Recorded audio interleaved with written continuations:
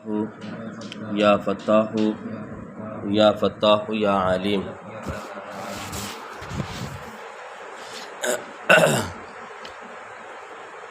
المحند علی المفند آپ کے سامنے ہے۔ اس کے اندر 26 سوالات ہیں جو عرب کے علماء نے پوچھے تھے۔ اس کتاب کو لکھنے کا پس منظر کیا ہے، آج آپ کے سامنے اس کا مختصراً تعارف کروا دیتا ہوں تاکہ پتہ چلے کہ یہ کتاب کیوں لکھی گئی اور وجوہات کیا تھیں اس کی۔ جب سے اللہ تعالیٰ نے کائنات کو بنایا، حضرت آدم علیہ السلام کی پیدائش ہوئی تو اللہ تعالیٰ نے حکم دیا فرشتوں کو جیسے ہی آدم کے اندر میں روح ڈال دوں تو سب نے سجدہ کرنا ہے۔ قرآن کریم کے اندر ہے فسجد الملائکۃ کلھم اجمعون الا ابلیس، سب نے سجدہ کیا لیکن ابلیس ملعون نے سجدہ نہیں کیا۔ فکان من الکافرین، کیونکہ وہ کافروں میں سے تھا۔ تو اس وقت سے شیطان اور انسان کی جنگ شروع ہو چکی تھی، حق اور باطل کے درمیان جنگ شروع ہو چکی تھی، سچ اور جھوٹ کے درمیان جنگ شروع ہو چکی تھی۔ اور اسی وقت شیطان نے اللہ تعالیٰ سے مہلت مانگی، قال انظرنی الی یوم یبعثون، اے اللہ مجھے قیامت تک کے لیے مہلت دیجیے۔ اللہ تعالیٰ نے مہلت دے دی تو اس نے ایک جملہ کہا، ثم لآتینہم من بین ایدیہم ومن خلفہم وعن ایمانہم وعن شمائلہم، کہ میں ان کے آگے سے، پیچھے سے، دائیں سے، بائیں سے، چاروں طرف سے حملہ آور ہوں گا اور انہیں اپنا جو ہے زیر کر لوں گا، اپنے قابو میں کر لوں گا۔ ولا تجد اکثرہم شاکرین، اللہ تعالیٰ کو مخاطب کر کے کہا کہ آپ ان میں سے اکثر لوگوں کو شکر کرنے والا نہیں پائیں گے۔ تو اللہ تعالیٰ نے حضرت آدم علیہ السلام کو چونکہ پہلے سے فرشتوں کو بتا چکے تھے کہ میں نے زمین کا نائب اور خلیفہ بنانا ہے۔ حضرت آدم علیہ السلام کی اصل تخلیق جنت کے اندر رہنے کی ابتداءً نہیں تھی، ویسے تو جنت کے اندر ہی رہنا ہے، ابتدائی طور پر جنت میں رہنے کی نہیں تھی، اور یہی ایک پہلے سے طے تھا کہ اس کو زمین کا نائب اور خلیفہ بنانا ہے، تو اس کے اسباب پہلے سے اس طریقے سے طے کیے گئے۔ حضرت آدم علیہ السلام جب دنیا میں تشریف لائے، آپ کی نسل آگے بڑھی، چلتی رہی، تو حضرت نوح علیہ السلام کے زمانے سے لے کر پھر آگے یہ شرک کا سلسلہ شروع ہوا ہے، اور شرک کی ابتدا بھی صرف اور صرف اسی وجہ سے تھی کہ انہوں نے اپنے بزرگوں کو، اپنے باپ دادوں کو اچھا اور نیک سمجھا تھا، تو شیطان نے ان کی صورتیں، ان کی تصویریں ان سے بنوائیں تاکہ تم ان کو دیکھ کر اپنے بچوں کو، آنے والی نسل کو بتا سکو کہ میرا دادا اس طریقے سے نظر آتا تھا، اس کی شکل و صورت ایسی تھی۔ تو شروع کے اندر تصویریں بنائیں۔ جب یہ عرصہ گزرتا گیا اور لوگوں کے اندر برائیاں آنا شروع ہوئیں تو اللہ کی طرف سے جب آزمائش اور سختیاں بھی آئیں تو اس وقت شیطان نے جا کر یہ کہا کہ یہ تمہارے اوپر آزمائش اور سختیاں صرف اسی وجہ سے ہیں کہ تم ان کے وسیلے سے دعا نہیں کرتے، اور یہی لوگ جو تھے یہ اللہ کے نیک بندے تھے، لہٰذا تم ان کے وسیلے سے اللہ سے دعا کرو تو تمہاری دعائیں قبول ہو جائیں گی۔ تو ابتدا کے اندر پھر ایسے ہی ہوا کہ لوگ ان کے وسیلے سے دعا کرتے تھے اور دعائیں قبول ہوتی، لیکن پھر آہستہ آہستہ جیسے زمانہ گزرتا گیا تو لوگوں کے ذہنوں سے یہ بات نکل گئی کہ ہم وسیلہ بنا رہے ہیں یا ڈائریکٹ انہی سے مانگ رہے ہیں۔ تو شرک کی ابتدا حضرت نوح علیہ السلام کے زمانے سے بعد سے شروع ہو چکی تھی۔ یہ سلسلہ جب چلتا رہا تو نبی اکرم صلی اللہ علیہ وسلم کا زمانہ آیا، تو اس وقت بھی مکہ کے اندر یہ شرک کی اور بدعات کی رسوم چل رہی تھیں۔ یہی وجہ ہے کہ اللہ تعالیٰ قرآن کریم کے اندر فرماتے ہیں نبی اکرم صلی اللہ علیہ وسلم کو تسلی دیتے ہوئے، وَكَذَلِكَ جَعَلْنَا لِكُلِّ نَبِيٍّ عَدُوًّا شَيَاطِينَ الْإِنسِ وَالْجِنِّ، کہ ہم نے آپ سے پہلے جتنے انبیاء بھیجے ان کے بھی دشمن گزرے ہیں، شیاطین میں سے بھی اور انسانوں میں سے بھی۔ تو نبی اکرم صلی اللہ علیہ وسلم نے 40 سال تک اپنی زندگی اور اپنا تعارف لوگوں کے سامنے پیش کیا، اور پھر اپنا عملی طور پر اپنا آپ کو جو ہے لوگوں کے سامنے پیش کیا۔ جب 40 سال ان کے اندر گزارنے کے بعد پہاڑ کی چوٹی پر تشریف لے گئے اور لوگوں کو جمع کر کے کہا کہ اے لوگوں، اگر میں یہ کہہ دوں کہ پیچھے پہاڑ کے ایک دشمن آ رہا ہے بہت بڑا لشکر لے کر جو تمہارے اوپر حملہ آور ہوگا، کیا تم میری اس بات کو مان لو گے؟ تو اس وقت مشرکین مکہ نے کہا کہ کیوں نہیں، ہم نے آپ کو جربتا جرارن، کئی مرتبہ مرارن، کئی مرتبہ ہم نے آپ کو کیا کیا ہے، آزما چکے ہیں، تو آپ کو تو ہم نے کئی مرتبہ آزمایا ہے۔ بہرحال آپ کو اس وقت صادق اور امین بھی کہا گیا، لیکن جیسے ہی نبی اکرم صلی اللہ علیہ وسلم نے یا ایھا الناس قولوا لا الہ الا اللہ یعنی توحید کی دعوت دی، ان کو شرک سے روکا، بدعات اور رسومات سے روکا، تو فوراً وہ لوگ نبی اکرم صلی اللہ علیہ وسلم کے دشمن بن گئے۔ آپ کا چچا ابو لہب، اس نے ایک پتھر اٹھایا اور یہ کہہ کر مارا، الہذا جماعتنا، اے محمد کا تو نے ہمیں اسی لیے جمع کیا تھا، یہی بات سمجھانے کے لیے کہ اللہ ایک ہے، اللہ کے علاوہ کوئی اور نہیں ہے؟ تو پتہ چلا جس نے بھی توحید کی دعوت دی، نبی اکرم صلی اللہ علیہ وسلم کو تسلی دے کر کہا جا رہا ہے ان کی مخالفت کی گئی ہے، اور مخالفت کرنے والے انسانوں میں سے بھی تھے اور جنات میں سے بھی تھے۔ اور پھر یہ سلسلہ مخالفت کا یہ رکا نہیں، نبی اکرم صلی اللہ علیہ وسلم کو بڑی تکلیفیں دی گئیں، آپ کے سامنے ہیں، آپ نے پڑھی ہوں گی۔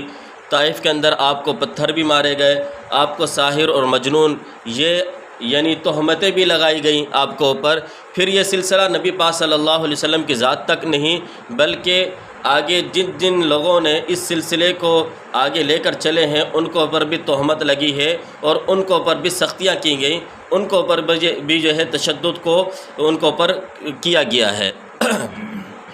آپ دیکھیں آج بھی دنیا کے اندر بہت سارے لوگ ایسے ہیں جو حضرت ابو بکر صدیق رضی اللہ عنہ اور حضرت عمر فاروق رضی اللہ عنہ کو پر تبرہ کرتے ہیں، ان کو گالیاں دیتے ہیں، حالانکہ یہ وہ صحابی جن کی صحابیت کی گواہی خود اللہ تعالیٰ نے قرآن کریم کے اندر دی۔ حضرت ابو بکر صدیق رضی اللہ عنہ کی صحابیت مسلم ہے اور نص قطعی سے ثابت ہے، لا تحزن ان اللہ معنا اذ یقول لصاحبہ۔ تو صحابی حضرت ابو بکر صدیق رضی اللہ عنہ، ان کی صحابیت تو قرآن سے ثابت ہے، لیکن آج بھی دنیا ان کو پر بہت سارے لوگ ایسے ہیں جو تبرہ کرتے ہیں اور ان کو پر بھی تہمت لگاتے ہیں۔ پھر حضرت عمر فاروق رضی اللہ عنہ کو پر بھی تہمت لگائی گئی، یہاں تک کہ حضرت عثمان رضی اللہ عنہ کو اسی امت کے چند لوگوں نے شہید کر دیا۔ ظاہر سی بات ہے تہمت لگائی، پھر بعد میں اتنی بڑی نوبت آئی ہے، اور حضرت علی رضی اللہ عنہ کو بھی جو ہے شہید کیا گیا۔ اور پہلی دنیا کے اندر پہلا فتنہ تھا یہ خوارج کا، جس نے حضرت علی رضی اللہ عنہ کو کافر ہونے کا انہوں نے فتویٰ لگایا ہے۔ تو یہ کفر کے فتوے پہلی مرتبہ نہیں لگ رہے آج کے زمانے کے اندر، بلکہ یہ سلسلہ پہلے سے چلا آ رہا ہے۔ یہ سنت الہی ہے کہ سنت رسول ہے کہ جب بھی کسی نے توحید کی دعوت دی ہے، شرک اور بدعات سے رسومات سے لوگوں کو روکا، لوگ ان کے مخالف ہو گئے اور لوگوں نے ان کو اوپر فتوے لگائے ہیں کفر کے، زال اور مضل ہونے کے کفر کے فتوے لگا چکے ہیں۔ یہی سلسلہ جب محمد بن قاسم اس نے آ کر ہندوستان کے اندر اسلام کا پرچم لہرایا، اور غوری کی حکومت تھی اس نے آ کر وہ کیا، تو اسلام جب ہندوستان کے اندر آ گیا اور مغلیوں کا دور ایک گزرا ہے بڑا، جو اسلامی سلطنتیں یہاں پر ہندوستان کے اندر قائم تھیں، تو یہ سلسلہ جب چلتا رہا، ایک دور ایسا آیا اکبر بادشاہ کا۔ اکبر بادشاہ کے اندر دین پر قائم رہنا بڑا مشکل ہو چکا تھا، چونکہ اکبر بادشاہ نے چند ایسے مولوی جو کہ زر خرید، جو پیسوں کے شدائی تھے، اور ان کو ساتھ ملایا اور ان کو کہا کہ ایک نیا دین ہمیں بنانا چاہیے جس کے اندر کسی کو کچھ نہیں کہا جائے، آپ عیسائیت سے بھی کچھ چیزیں لے لیں، یہودیت سے بھی کچھ چیزیں لے لیں، ہندو مذہب سے بھی کچھ چیزیں لے لیں، اور دیگر مذاہب سے بھی لے لیں، میرے سامنے رکھیں، جو چیز مجھے اچھی لگے گی ان میں سے اس چیز کو منتخب کر لیا جائے گا، باقی چیزوں کو چھوڑ دیا جائے گا، ایک مرکب چیز کو بنا کر نیا دین، یہ دین اکبری کے نام سے ہوگا، یہ وہ والا دین یہاں پر ایجاد کیا جائے گا ہندوستان کے اندر۔ تو وہ دور بڑا سخت دور تھا، اس وقت رسومات اور بدعات کو لوگ اپنا رہے تھے، تو اس زمانے کے اندر حضرت مجدد الفسانی رحمۃ اللہ علیہ نے یہ توحید کا علم بلند کیا، لوگوں کو شرک اور بدعات سے روکا، اور پھر ان کو اوپر جس طریقے سے اکبر کے دور کے اندر جو سختیاں ہوئی ہیں اور پھر جو بادشاہوں کی طرف سے ان کے اوپر مظالم کیے گئے، آج تاریخ کی کتابوں کے اندر وہ واقعات موجود ہیں۔ حتیٰ کہ حضرت مجدد الفسانی رحمۃ اللہ علیہ کے اوپر کفر کے فتوے لگائے گئے، اور کفر کے فتوے لگانے والے کوئی غیر نہیں تھے بلکہ اپنے ہی تھے، لیکن ان کو دھوکہ دے کر ان سے فتوے لیے گئے۔ شیخ عبدالحق محدث دہلوی رحمۃ اللہ علیہ بہت بڑی شخصیات ہیں جو کہ شارح مشکات کے نام سے بڑے مشہور ہیں۔ اشعۃ اللمعات یہ ان کی ایک کتاب ہے فارسی زبان کے اندر شرح مشکات کی، لمعات التنقی یہ بھی ان کی ایک کتاب ہے، یہ ان کے شارح ہیں۔ اسی طریقے سے دیگر کتابیں بھی انہوں نے لکھی۔ تو ہندوستان کے اندر شیخ عبدالحق محدث دہلوی رحمۃ اللہ علیہ جیسی شخصیت سے فتویٰ لیا گیا شیخ مجدد الفسانی رحمۃ اللہ علیہ کے خلاف، اور پھر یہ فتویٰ یہیں تک محدود نہیں تھا بلکہ یہی فتویٰ پھر دوبارہ حرمین شریفین کے علماء سے بھی لیا گیا ہے کہ ہمارے ہاں ایک آدمی ایسا ہے جس کے یہ عقائد ہیں، اس کے بارے میں آپ کا کیا قول ہے؟ تو شیخ مجدد الفسانی رحمۃ اللہ علیہ ان کو پر بھی حرمین شریفین سے فتوے لیے گئے اور وہاں کے علماء نے فتوے دیے۔ چونکہ مفتی کا کام صرف اتنا ہوتا ہے کہ جو سوال سامنے آیا اس کو سامنے رکھ کر اس کے مطابق جواب دیا جاتا ہے، مفتی کا کام تحقیق کرنا نہیں ہوتا، مفتی کو حقیقت حال کے بارے میں معلوم نہیں ہوتا، مفتی صرف اپنے سوال کو دیکھتا ہے اور اس کے مطابق جواب لکھ دیتا ہے۔ اگر وہ سچا ہے تو جواب اس کے مطابق، اگر وہ سوال ہی جھوٹا ہے، من گھڑت ہے، تو پھر مفتی کے جواب لکھنے سے اس کے اوپر کوئی اثر نہیں پڑے گا۔ تو شیخ مجدد الفسانی رحمۃ اللہ علیہ کے اوپر اس طریقے سے ان کو بدنام کرنے کی کوشش کی گئی، لیکن یہ سب کیوں کیا گیا؟ اس لیے کہ انہوں نے توحید کا علم کو بلند کیا تھا، لوگوں کو شرک اور بدعات سے روکا تھا۔ شیخ مجدد الفسانی رحمۃ اللہ علیہ کے انتقال کے بعد سن 1034 میں ان کا انتقال ہوا۔ ہندوستان کے اندر پھر اس سلسلے کو آگے بڑھانے والے ہیں شیخ عبدالحق محدث دہلوی رحمۃ اللہ علیہ المتوفی 1052 ہجری۔ تو وہ انہوں نے اس کو آگے لے کر چلے ہیں، ہندوستان کے اندر علم کو آگے بڑھایا۔ پھر ان کے بعد شاہ ولی اللہ محدث دہلوی رحمۃ اللہ علیہ کا دور ہے المتوفی 1176 ہجری۔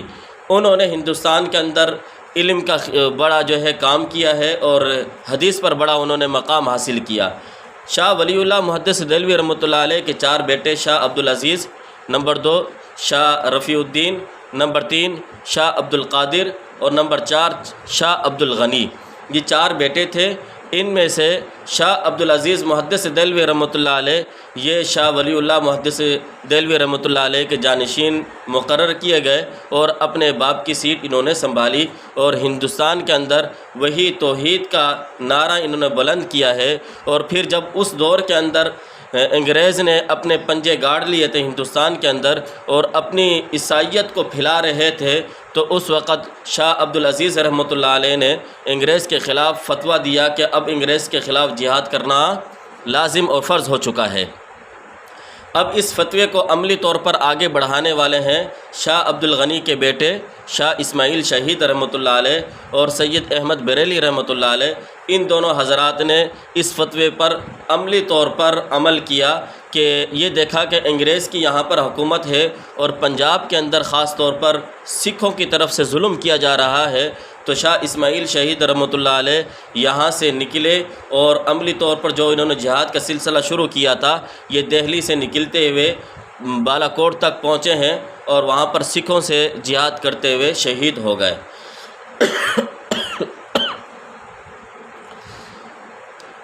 پھر اس کے بعد 1857 کی جنگ ہے، ہندوستان کے اندر وہی فتویٰ تھا پیچھے شاہ عبدالعزیز رحمۃ اللہ علیہ کا، تو اس جنگ کے اندر بھی حاجی امداد اللہ مہاجر مکی رحمۃ اللہ علیہ اور اسی طریقے سے مولانا قاسم ننوتوی رحمۃ اللہ علیہ، مولانا رشید احمد گنگوہی رحمۃ اللہ علیہ اور مولانا ضامن اور دیگر حضرات حافظ ضامن رحمۃ اللہ علیہ اور دیگر حضرات بھی تھے جو عملی طور پر 1857 کی جنگ کے اندر شریک ہوئے تھے، لیکن بدقسمتی سے کہ یہ راز فاش ہو گیا اور انگریز کو پتہ چل چکا تھا کہ ہمارے خلاف جو ہے اس طریقے سے سلسلہ شروع ہو چکا ہے، تو یہ زیادہ دیر نہیں چل سکے، تو حاجی امداد اللہ مہاجر مکی رحمۃ اللہ علیہ اور دیگر حضرات کو روپوش ہونا پڑا۔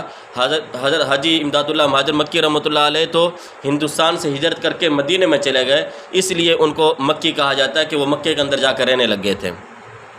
مولانا قاسم نانوتوی رحمۃ اللہ علیہ یہ بھی جو ہے کچھ دنوں تک تو روپوش رہے، پھر اس کے بعد مولانا رشید احمد گنگوہی، مولانا قاسم نانوتوی اور دیگر حضرات نے مشورہ یہ کیا کہ اب عیسائیت کا مقابلہ کرنا ہے تو ہمارے پاس تو کوئی خاص طور پر آلات تو ہے ہی نہیں، افراد بھی نہیں ہیں، تو اس کے لیے ایک مدرسہ قائم کیا جائے، لوگوں کے عقائد اور نظریات کو یہاں پر مضبوط کیا جائے تاکہ عیسائیت جو اپنی تبلیغ کے ذریعے سے لوگوں کے ذہنوں کے اندر شکوک اور شبہات ڈال رہی ہے، یہ یہاں سے پڑھنے والے ان شکوک اور شبہات کا رد کر سکے اور ان کا مقابلہ کر سکے۔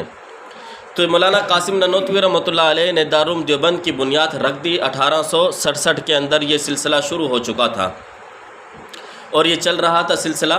مولانا قاسم نانوتوی رحمۃ اللہ علیہ کی درس و تدریس بھی چل رہی تھی، تو جب یہ سلسلہ چلتا رہا تو انگریز نے دیکھا کہ یہاں پر اب بھی وہ جو جہاد کا نام لینے والے موجود ہیں، یہ عملی طور پر ایک مدرسہ قائم کر کے، تعلیمی بورڈ قائم کر کے انہوں نے یہ سلسلہ ایسے افراد کو جمع کر رہے ہیں، ان کی ذہن سازی کی جا رہی ہے جو آگے چل کر ہمارے خلاف استعمال ہو سکتے ہیں۔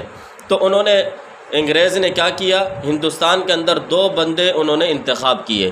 ایک کا نام تھا غلام احمد قادیانی، جس کو اس لیے انہوں نے اختیار کیا کہ تم جہاد کا جو جذبہ ہے لوگوں کے دلوں کے اندر سے، وہ جہاد کا جذبہ ہی ختم ہو جائے، تو اس کو کہا گیا کہ تجھے پیسہ دیں گے، شہرت ملے گی، سب کچھ تجھے ملے گا، صرف کسی طریقے سے ان کے اندر سے مسلمانوں کے دلوں سے جہاد کا جذبہ ختم کر دیا جائے۔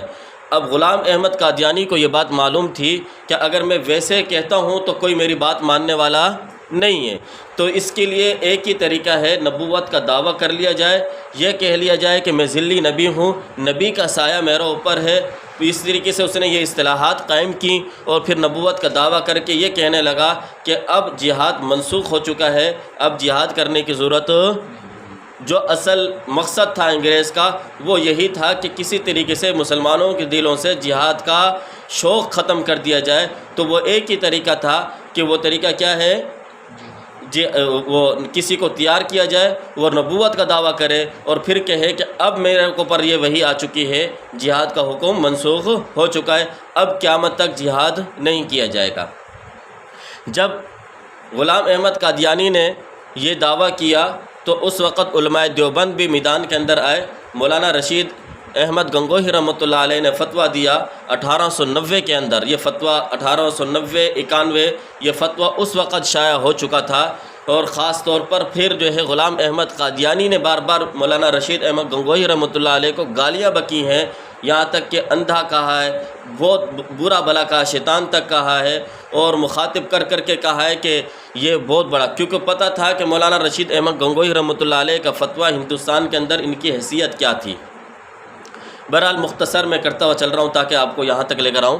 تو مولانا رشید احمد گنگوہی رحمۃ اللہ علیہ اور مولانا قاسم نانوتوی رحمۃ اللہ علیہ اور دیگر حضرات جو اس وقت اس زمانے کے اندر تھے، انہوں نے ایسے طریقے اختیار کیے، ایسے سلسلے جاری کر دیے تھے کہ قادیانی ہو یا کوئی اور، یہ نبوت کا سلسلہ نبی اکرم صلی اللہ علیہ وسلم تک ختم ہو چکا ہے، آپ کے بعد کوئی اور نبی نہیں ہے۔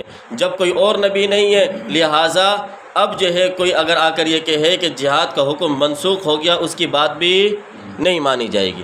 تو انگریز نے دیکھا کہ یہ ہمارا پتہ ناکام ہو چکا ہے، اب یہ چلنے والا نہیں ہے، تو اب دوسرا اس کا ہم نام احمد رضا خان کو تیار کیا کہ تم اس طرح کرو کہ کسی طریقے سے یہ جو دیوبند کے اندر تعلیمات چل رہی ہیں، یہاں سے جو علماء تیار ہو رہے ہیں، ان کو بدنام کر دیا جائے۔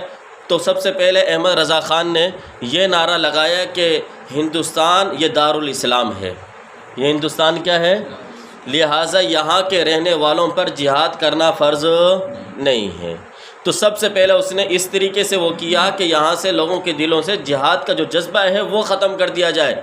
تو ہندوستان کو دارالاسلام بنانے کی اس نے فتویٰ دیا ہے، اور آج بھی وہ فتویٰ یہاں پر موجود ہے۔ جب دیکھا کہ اس سے بھی جو ہے کام نہیں چلا، تو اس نے اپنی جو لوگوں کے اندر، چونکہ دنیا کے اندر عام طور پر جو سب سے مشکل کام ہے لوگوں کو رسومات سے وہ بچانا، یہ مشکل ہے۔ ان کو ان کے اصل جو رسومات پہ جو چل رہے تھے اس سے ہٹانا یہ بڑا مشکل کام ہے۔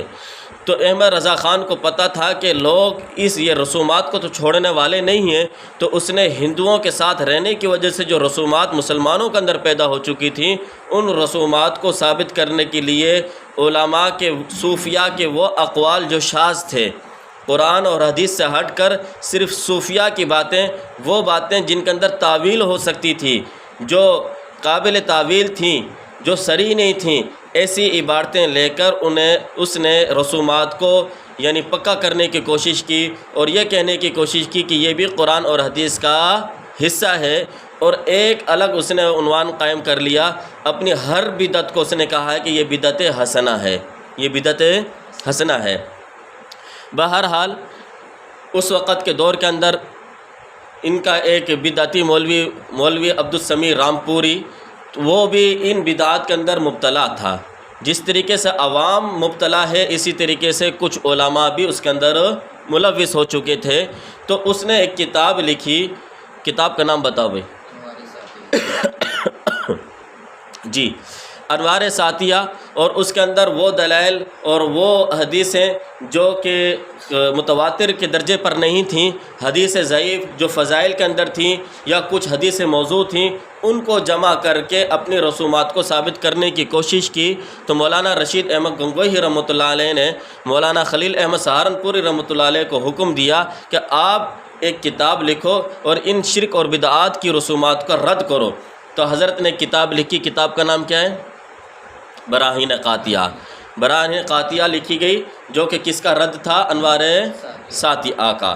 اب جب احمد رضا خان نے یہ دیکھا کہ میری جو معاشرے کے اندر حیثیت ہے وہ کم ہوتی جا رہی ہے، لوگ رسومات اور ان کو چھوڑنے والے بھی نہیں ہیں، تو اس نے ایک دوسرا طریقہ اختیار کیا، اور ایسی چال اختیار کی کہ جو عام طور پر یہ اعتراضات ہوتے تھے، حاضر ناظر کا عقیدہ یہ قرآن اور حدیث سے ثابت نہیں ہے، عالم الغیب کا عقیدہ نبی اکرم صلی اللہ علیہ وسلم کے لیے یہ قرآن حدیث سے ثابت نہیں ہے، اسی طریقے سے نور بشر کا عقیدہ، یہ جو نور ہونے کا عقیدہ رکھا جاتا ہے، یہ بھی قرآن سے ثابت نہیں ہے۔ تو اصل مباحث ان باتوں میں تھی۔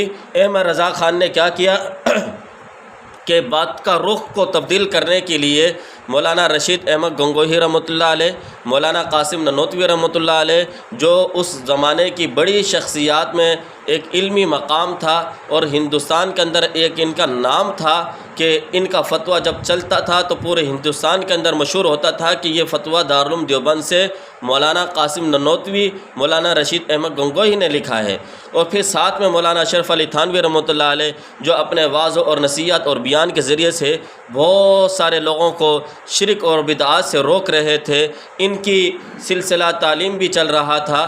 تو احمد رضا خان نے یہ ساری چیزیں دیکھ کر 4 علماء کے نام لکھے، ان میں سے مولانا قاسم ننوتوی رحمۃ اللہ علیہ، مولانا رشید احمد گنگوہی رحمۃ اللہ علیہ، تیسرے نمبر پر مولانا خلیل احمد سہارنپوری رحمۃ اللہ علیہ، اور مولانا اشرف علی تھانوی رحمۃ اللہ علیہ۔ ان 4 بڑے بزرگوں کے نام لکھ کر ان کے اوپر ان کی عبارتوں کو تروڑ مڑوڑ کر اس نے پیش کیا، اور ایک غلابی اردو کے اندر، غلابی میں اس لیے کہہ رہا ہوں، تحذیر الناس جب آپ کھولو گے آپ کو پتہ چلے گا کہ ایک عبارت، ایک سطر اس نے ایک صفحے سے لی ہے، اور پھر دوسری سطر اس نے جو ہے تقریباً 14 صفحات بعد سے لی ہے، اور پھر تیسری سطر اس نے جو ہے جو آخر میں لگائی ہے وہ صفحہ نمبر 3، یعنی پہلی جو ہے صفحے کی تقریباً جو ہے وہ سطر بنتی ہے۔ یہ گلابی اردو اس لیے وجہ سے میں کہہ رہا ہوں کہ الٹا سیدھا اس نے ملا کر ایک عربی بنا کر پیش کر دی۔ سب سے پہلے تو اس نے 1320 کے اندر اس نے ایک کتاب لکھی. کتاب کیا لکھی؟ ایک کتاب تھی، اس کے اوپر حاشیہ لکھ رہا تھا. حاشیہ کے اندر اس نے یہ فتوے لگا دیے کہ یہ 4 حضرات ہیں جن کے اوپر میں کفر کے فتوے لگا رہا ہوں. صرف یہ 4 ہی نہیں ہیں، مولانا شاہ اسماعیل شہید رحمۃ اللہ علیہ کے اوپر بھی اس نے کتابیں لکھی ہیں، اور پہلے کئی مرتبہ ان کے اوپر کفر کے فتوے لگا چکا تھا. سمجھ رہے بات کو؟ تو 1320 کے اندر اس نے یہ کام کیا. جب ہمارے اکابر علماء دیوبند نے دیکھا، اس سے پہلے احمد رضا خان کی جو عادت تھی وہ یہی تھی، کبھی اس نے کسی کو اوپر کفر کا فتویٰ لگایا، پھر کسی کو اوپر لگایا. اس کی آپ کتابیں جب پڑھو گے، کوئی بندہ ہندوستان کے اندر ایسا نہیں بچا جس کے اوپر اس نے کفر کا فتویٰ نہ لگایا ہو. تو ہر بندے پر اس کا کفر کا فتویٰ تھا. تو ہمارے علماء دیوبند نے اس کو حیثیت ہی نہیں دی، اور عوام نے بھی اس کے فتوے کی کوئی حیثیت نہیں تھی. وہ بھی یہی سمجھتے تھے کہ اس کی عادت یہی ہے کہ یہ ہر بندے کو کافر کہہ دیتا ہے، اپنے سوا جس کو جو سامنے آتا ہے اس کو کہتا ہے یہ بھی کافر ہے، وہ بھی کافر ہے. تو جب اس کا یہ فتویٰ یہ کارآمد ثابت نہیں ہوا، تو اب اس نے دوسرا چلاکی اختیار کی. 1323 کے اندر یہ حج کے ارادہ حج کا تھا، لیکن اصل جو مقصد تھا وہ یہی تھا کہ علماء حرمین کو دھوکہ دیا جائے اور ان کے خلاف فتویٰ لیا جائے. بہرحال یہ 1323 کے اندر یہ ایک بڑی داستان ہے کہ آپ کو مفتی صاحب بتائیں گے کس طریقے سے یہ گیا تھا، ماں سے جھوٹ بول کر اور جھوٹی ٹکٹ لے کر یہ کس طریقے سے وہاں تک پہنچا ہے، وہ پورا ایک الگ عنوان ہے. بہرحال یہ 1323 کے اندر وہاں گیا. 1324 کے اندر اس نے علماء دیوبند کے خلاف فتوے لیے، ان کی عبارتوں کو تروڑ مروڑ کر اس نے پیش کی، اور یہ اس نے کہا کہ مولانا قاسم نانوتوی سب سے پہلے غلام احمد قادیانی کے عقائد اور نظریات کو سامنے رکھا، اور کہا کہ غلام احمد قادیانی ہندوستان کے اندر جو کہ ہے، اور وہ اس نے دعویٰ یہ کیا ہے نبوت کا، اس کے بارے میں تمہاری کیا رائے ہے؟ ایک. نمبر 2، پھر مولانا قاسم نانوتوی رحمۃ اللہ علیہ کا نام لکھا اس نے، اور کہا کہ مولانا قاسم نانوتوی جو کہتا ہے کہ نبی پاک صلی اللہ علیہ وسلم آخری نبی نہیں ہیں، یہ اس نے حضرت کے اوپر الزام لگایا. اور پھر اس کے بعد اس نے لکھا مولانا رشید احمد گنگوہی رحمۃ اللہ علیہ جو کہ یہ کہتا ہے کہ اللہ تعالیٰ جھوٹ بولتا ہے، بلکہ اللہ نے جھوٹ بولا ہے، یہ الزام لگایا مولانا رشید احمد گنگوہی رحمۃ اللہ علیہ پر. اور مولانا خلیل احمد سہارنپوری رحمۃ اللہ علیہ کے اوپر یہ الزام لگایا کہ یہ کہتا ہے کہ شیطان کا علم نبی کے علم سے زیادہ ہے. 3 ہو گئے. نمبر 4، مولانا اشرف علی تھانوی رحمۃ اللہ علیہ پر یہ الزام لگایا کہ نبی پاک صلی اللہ علیہ وسلم کو اتنا ہی علم ہے جیسے کہ جانوروں کو علم ہوتا ہے، گویا کہ جانوروں اور چوپاؤں کا علم نعوذ باللہ من ذالک نبی کا علم برابر ہے، نبی کے علم کو کوئی فضیلت حاصل نہیں ہے. جب یہ فتوے یہ باتیں اس نے پیش کی، چونکہ حضرت کی جتنی بھی کتابیں تھیں ہماری اکابر علماء دیوبند کی، تحذیر الناس وہ اردو کے اندر ہے، براہین قاطعہ اردو کے اندر ہے، اسی طرح حفظ الایمان یہ بھی اردو کے اندر ہے. تو اردو کے ان کو پڑھنا نہیں آتا تھا، انہوں نے کہا کہ عربی ہمیں دکھاؤ. تو عربی کے اندر اس نے اپنے مطلب بیان کیے ہیں، وہ عبارتیں نقل نہیں کی. میں نے پہلے ہی کہا مفتی کے سامنے جب کوئی سوال آتا ہے تو مفتی اس سوال کو دیکھ کر اس کے مطابق جواب دیتا ہے، اس کی تحقیق مفتی کو پر لازم نہیں ہوتی، جیسا سوال ویسا جواب ہوگا. تو جب بیان ہی وہی الفاظ عبارتیں پیش نہیں کی گئیں تو ظاہر سی بات ہے اس کا مطلب غلط بیان کیا گیا ہے. غلط مطلب بیان کر کے جب ان کے سامنے پیش کیا گیا تو اب علماء دیوبند کی بھی آپ کارنامہ دیکھیں، ان کی کرامت دیکھیں کہ کیسی تھی کہ ان کے وہاں کے علماء نے جب فتویٰ دیا تو فتویٰ بھی یقینی نہیں دیا بلکہ شک کے ساتھ دیا ہے. اگر جو سوال کے اندر باتیں لکھی ہوئی ہیں اس کے مطابق ان کے عقائد ہیں تو یہ لوگ بھی کافر ہیں. تو اگر کے ساتھ انہوں نے جواب دیا تھا، اور جب اگر یہ نہیں ہوں گے تو پھر جو ہے کفر کا فتویٰ بھی نہیں ہوگا. تو یہ احمد رضا خان وہاں سے چلاکی کے ساتھ یہ فتوے لے کر تصدیقات لے کر یہ جلدی سے وہاں سے بھاگا ہے، اور آ کر ہندوستان کے اندر اس نے پھر اس عربی فتوے کو اردو کے اندر اس نے منتقل کیا، اور اس کا تمہید ایمان اس نے جو آج کل ہمارے سامنے موجود ہوتی ہے اس کا نام رکھا ہے. اور پھر اس فتوے کا نام جو اس نے وہاں سے لیا تھا اس کا نام رکھا تھا حسام الحرمین. اس فتوے کا نام کیا رکھا؟ حسام الحرمین، یعنی حرمین کی برہنہ تلوار. حرمین کی، ہاں یہ ہے حسام الحرمین کا معنی. تو یہاں پر ہندوستان کے اندر آ کر اس نے اردو کے اندر ترجمہ کیا اور لوگوں کو اس نے بار بار یہ کہنا شروع کر دیا کہ علماء حرمین نے یہ کفر کے فتوے لگائے ہیں دیوبند کے علماء پر، اور یہاں تک انہوں نے لکھ دیا جو دیوبند کے کفر کے بارے میں شک کرے وہ بھی خود کیا ہو جائے گا۔ تو اب جب عوام کے اندر یہ بات آئی، چونکہ وہ احمد رضا خان کے فتوے کو تو مانتے ہی نہیں تھے، اب وہ جو ہے شک و پنج میں رہ گئے کہ علماء حرمین نے اس طرح کا فتویٰ دیا ہے، پتہ نہیں کچھ بات ہوگی تو تبھی تو یہ فتویٰ آیا ہے، ایسے کیسے فتویٰ دے دیا۔ تو عوام جو ہے کل انعام ہوتی ہے، ان کو آپ رسی کے ساتھ جانور کو کبھی ایک قلعے کے ساتھ باندھ دو تو وہاں کھڑا رہے گا، وہاں سے کھول کر دوسرے کے ساتھ باندھ دو وہاں کھڑا رہے گا۔ تو عوام بھی ایسی ہی ہوتی ہے، ان کو جس ٹرک کی بتی کے پیچھے لگا دو وہ اس کو سچ سمجھ کر اس کے پیچھے چلنا شروع ہو جاتی ہے۔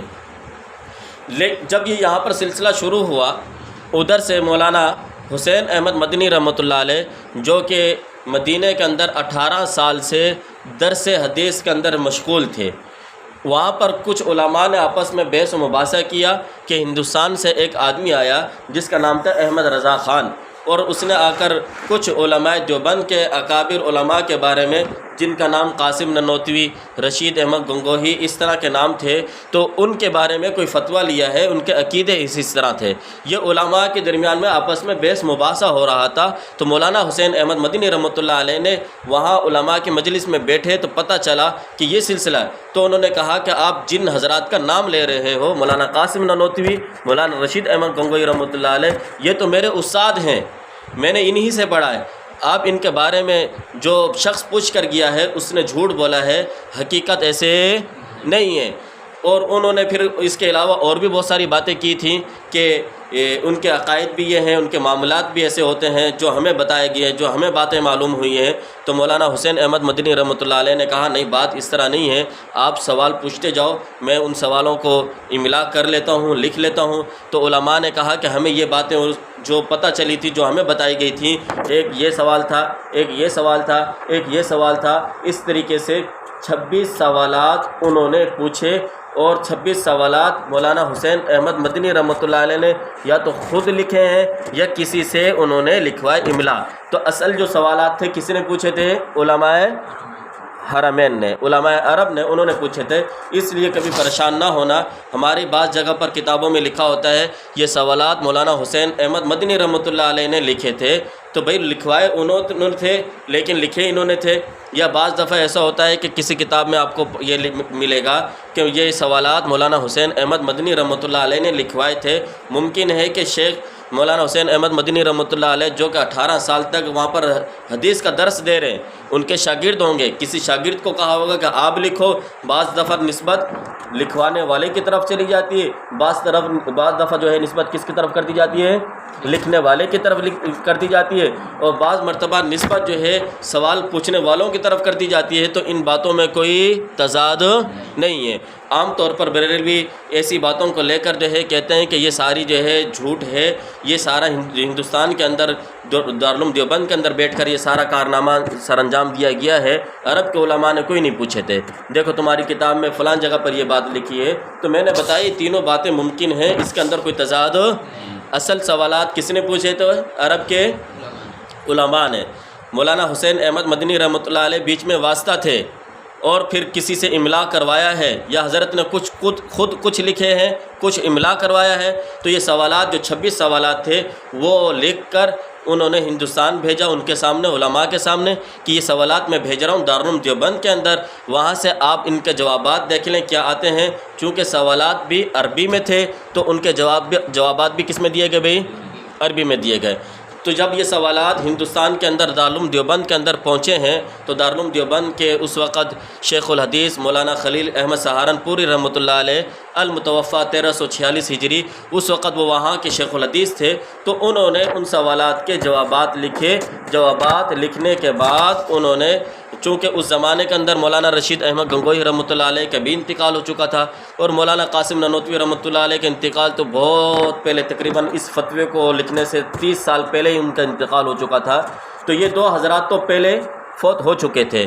اب رہ گئے 2 حضرات جن کے اوپر یعنی اس فتوے کے اندر حسام الحرمین کے اندر 4 بندوں کا نام تھا، تو 2 کا انتقال پہلے ہو چکا تھا، 2 اس وقت موجود تھے۔ کون کون؟ مولانا اشرف علی تھانوی اور مولانا خلیل احمد سہارنپوری رحمۃ اللہ علیہ۔ تو مولانا خلیل احمد سہارنپوری رحمۃ اللہ علیہ نے جو کتاب اپنی لکھ دی اور کہا کہ میرا عقیدہ یہ ہے نبی اکرم صلی اللہ علیہ وسلم کو علم الاولین والآخرین دیا گیا ہے، آپ کے علم کے برابر کسی کا علم نبوت کے لوازمات میں سے جتنے علوم ہو سکتے تھے وہ سارے کے سارے نبی پاک صلی اللہ علیہ وسلم کو دے دیے گئے ہیں۔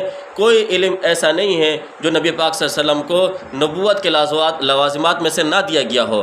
ہاں کہ وہ علوم جو نبوت کے لوازمات میں سے نہیں ہیں، جیسے کہ بیماری کا علم ہے یا جو ہے غلط کاری کا علم ہے، جو کہ نبوت کے لوازمات میں سے نہیں ہے، یہ تو شیطان کے علوم کہلاتے ہیں، تو وہ علوم نبی پاک صلی اللہ علیہ وسلم کو نہیں دیے گا۔ ان علوم کو دیے جانے میں بھی کوئی شرافت نہیں تھی، کوئی امتیازی نہیں تھی، کوئی فضیلت نہیں تھی، اس وجہ سے وہ علوم آپ صلی اللہ علیہ وسلم کو نہیں دیے گئے۔ تو انہوں نے اپنا جواب تو یہاں پر کتاب کے اندر دے دیا۔ رہ گئے مولانا اشرف علی تھانوی رحمۃ اللہ علیہ، ان کے اوپر بھی الزام تھا، تو حضرت نے حفظ الایمان کے جوابات خود بھی دیے ہیں۔ ایک بسط البنان انہوں نے کتاب لکھی، ٹھیک ہے، تغییر العنوان انہوں نے کتاب لکھی، اور اسی طریقے سے ایک اکمل البیان بھی انہوں نے کتاب لکھی ہے، جس کے اندر انہوں نے جوابات دے دیے تھے کہ ہماری مراد وہ نہیں ہے۔ حضرت تھانوی رحمۃ اللہ علیہ نے یہ بات لکھی ہے، جو یہ شخص کے ہے نبی پاک صلی اللہ علیہ وسلم کا علم جانوروں اور پاگلوں کے برابر ہے، ایسے آدمی کو میں بھی کافر کہتا ہوں۔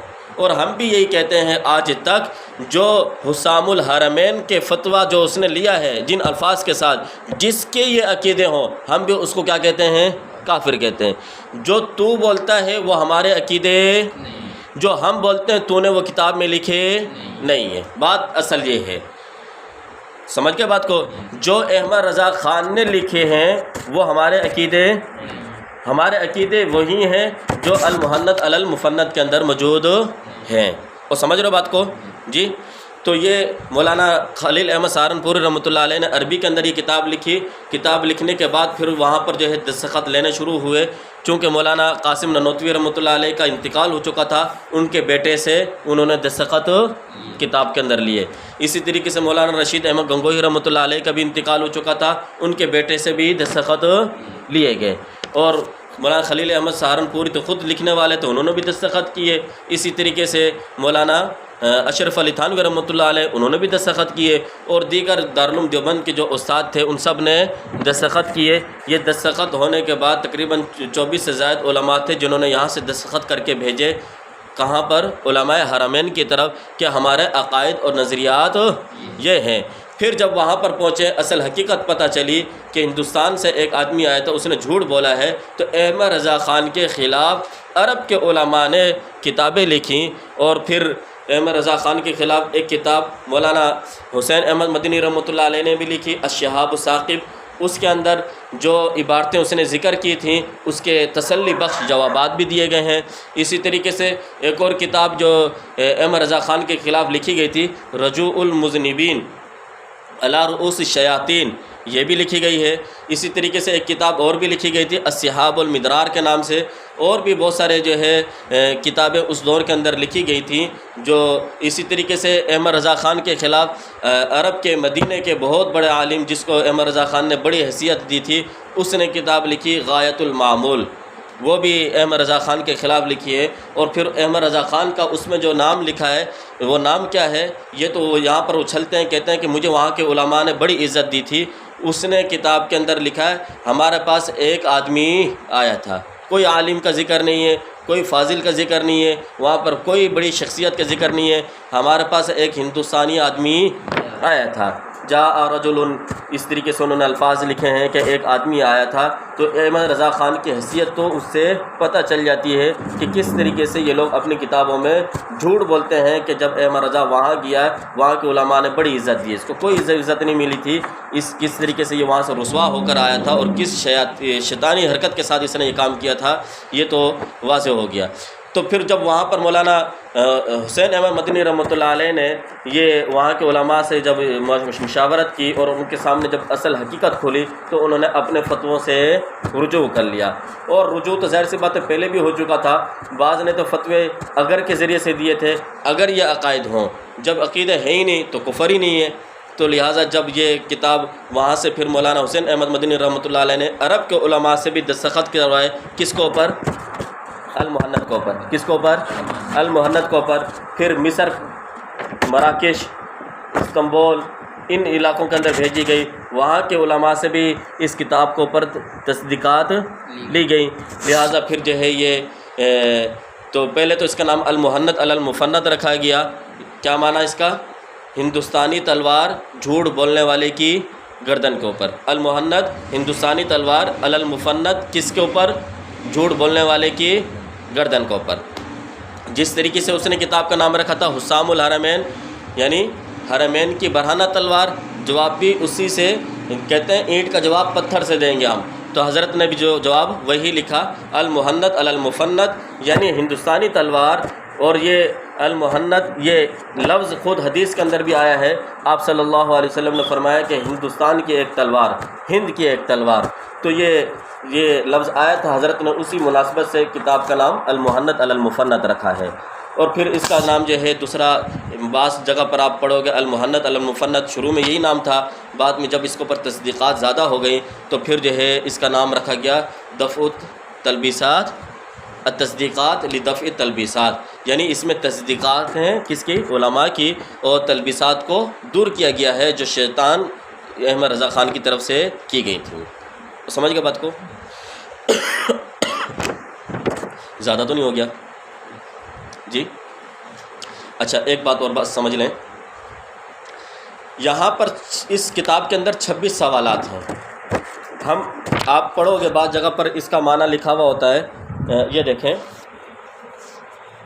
المحنت علی المفند یعنی عقائد اہل سنت دیوبند، سمجھ رہو بات کو؟ بعض جگہ پر لوگ آپ کو اعتراض کرتے ہوئے نظر آئیں گے، جیسے کہ مرزا انجینئر کرتا ہے، وہ کہتا ہے کہ دیکھو المحنت المفند کا کیا ترجمہ یہی بنتا ہے؟ المحنت المفند کا ترجمہ یہی بنتا ہے؟ نہیں، یہ ترجمہ نہیں ہے گا۔ تو آپ کو کس نے کہا کہ یہ ترجمہ لکھا ہوا ہے گا؟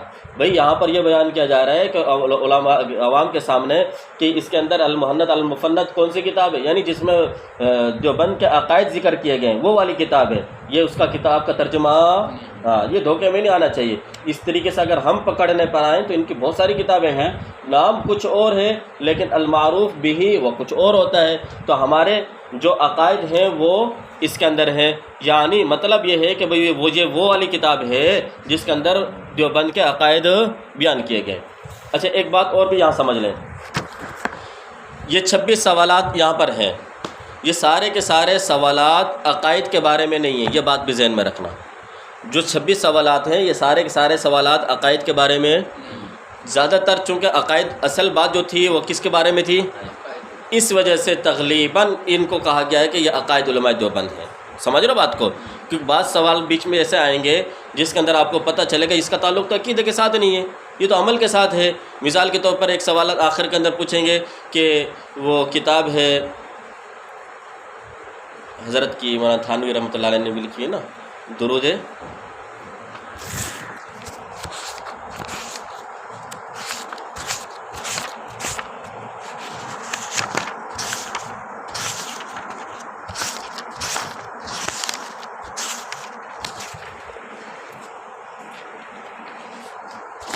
وہ پڑھنا کتاب کا،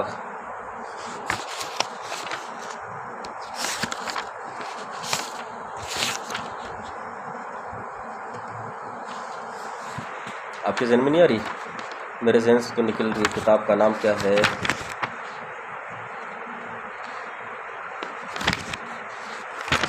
درود شریف کے بارے میں جس میں فضائل ہیں، حضرت تھانوی رحمۃ اللہ علیہ کی بھی اس کو پر وہ ہے۔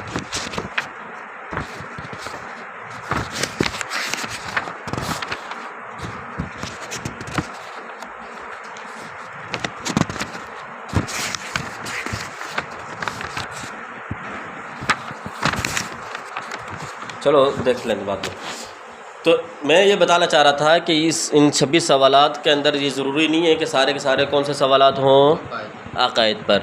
بعض چونکہ اس کے اندر اعمال کے بارے میں بھی ہے اور بعض ایسے فروعی مسائل کے بارے میں بھی سوالات ہیں، تو صرف جو ہے تغلیباً چونکہ اصل مقصد کیا تھا، عقائد کو واضح کرنا تھا، اس وجہ سے اس کا نام عقائد علماء دیوبند رکھ دیا جاتا ہے. سمجھ گئے بات کو؟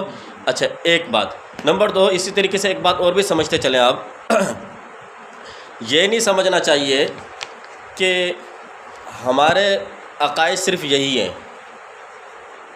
ہمارے عقائد بس یہی ہے نہ، بلکہ جس طریقے سے ہمارے عقائد اس کتاب کے اندر موجود ہیں یہ بھی ہیں، اور جو عقیدے کی دوسری کتابیں ہیں، عقیدہ طحاویہ وغیرہ کے اندر 200 سے زائد کی تقریباً عقیدے ہیں اس کے اندر، وہ بھی ہمارے عقائد ہیں.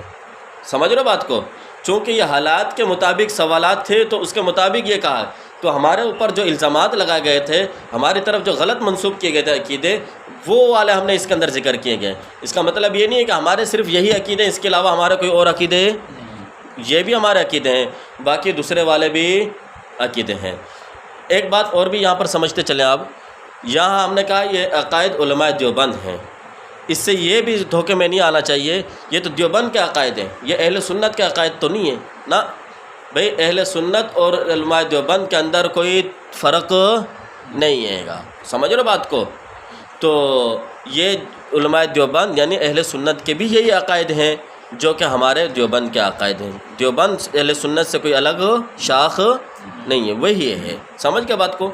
بس یہ چیزیں ہیں جو ضروری طور پر جو آپ کو بتانی تھی. تو اس کتاب کے اندر 26 سوالات ہیں اور 26 سوالات کے جواب دیے گئے ہیں. یہ تھا اس کا پس منظر جو کہ کتاب لکھنے کا سبب بنا ہے.